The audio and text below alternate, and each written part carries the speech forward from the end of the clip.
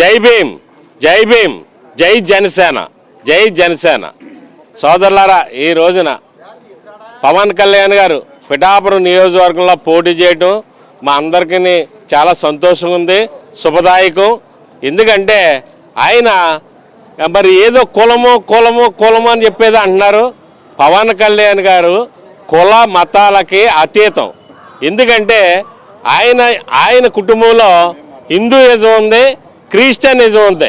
వాళ్ళ missus Christian, వాళ్ళ అబ్బాయి పేరు మార్క్, అంటే క్రిస్టియన్ పేరు కూడా పెట్టుకున్నారు వాళ్ళ అబ్బాయికి. వాళ్ళ మిస్సెస్ క్రిస్టియన్. వాళ్ళ ఇంట్లో రెడ్లు ఉన్నారు, క్రిస్టియన్స్ ఉన్నారు, హిందువులు ఉన్నారు. వాళ్ళ ఇంట్లో మతం ఉందా, కులం ఉందా? ఏమీ లేదు. అన్ని కులాల మతాలకి అతీతమైన వ్యక్తి పవన్ కళ్యాణ్ గారు.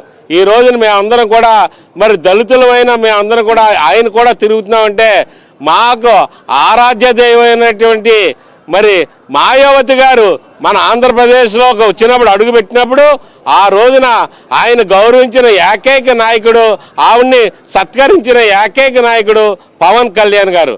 పవన్ కళ్యాణ్ గారు ఇటు దళిత వర్గాన్ని, అటు క్రిస్టియనిజాన్ని, ఇటు హిందూయిజాన్ని, అటు ముస్లింని అందరినీ కూడా ఏకతాటి మీద తీసుకొచ్చి అందరి వాడిగా పేరు తెచ్చుకుని అందరి గురించి పోరాటం చేసే యోధుడిగా మరి ముందుకెళ్తున్నాడు. కనుక ఈ రోజున మేము అందరం కలిపి ఆయనతో అడుగేస్తూ ఆయన బాటలో నడుస్తూ మేమందరం కూడా దళిత బడుగు బలహీన వర్గాలన్నీ కూడా ఆయన వెంటే నడవాలని మేము అందరం నిశ్చయించుకున్నాం. ఆయనకి కులము మతము ఆ భేదం అనేది లేదు. కానీ ఆయన త్యాగం చేశాడు కొంతో కాంతో. మరి 30 సీట్లు ఇవ్వాల్సింది మరి రాష్ట్రాన్ని దృష్టిలో పెట్టుకుని రాష్ట్ర అభివృద్ధి కొరకు బీజేపీకి ఒక 8-10 సీట్లు ఇచ్చేయడం జరిగింది.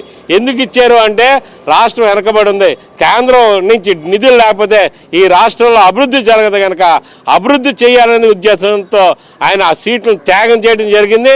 ఆ త్యాగానికి ప్రతిఫలంగా మనం అందరం కలిపి మరి కొంత కష్టాన్ని కొంత మనం కూడా త్యాగం చేయవలసి ఉంటుంది, శ్రమని కూడా త్యాగం చేయవలసి ఉంటుంది. మనం కష్టపడి శ్రమించి పవన్ కళ్యాణ్ గారిని 21 ఎమ్మెల్యేలని 2 ఎంపీ సీట్లని కూడా గెలిపించి ఈ రాష్ట్రంలో ఏకైక బలమైన వ్యక్తిగా నిలబెట్టాలని ఈ ప్రజలని బడుగు బలహీన వర్గాలందరూ కూడా ఆయన పక్కలుగా వచ్చి ఆయనతో నడిచి ఆయన బలం చేకూర్చాలని కోరుకుంటూ ఈ అవకాశం వచ్చిన మీ అందరికీ ధన్యవాదాలు తెలుపుకుంటూ సెలవు తీసుకుంటున్నాను. జై భీమ్.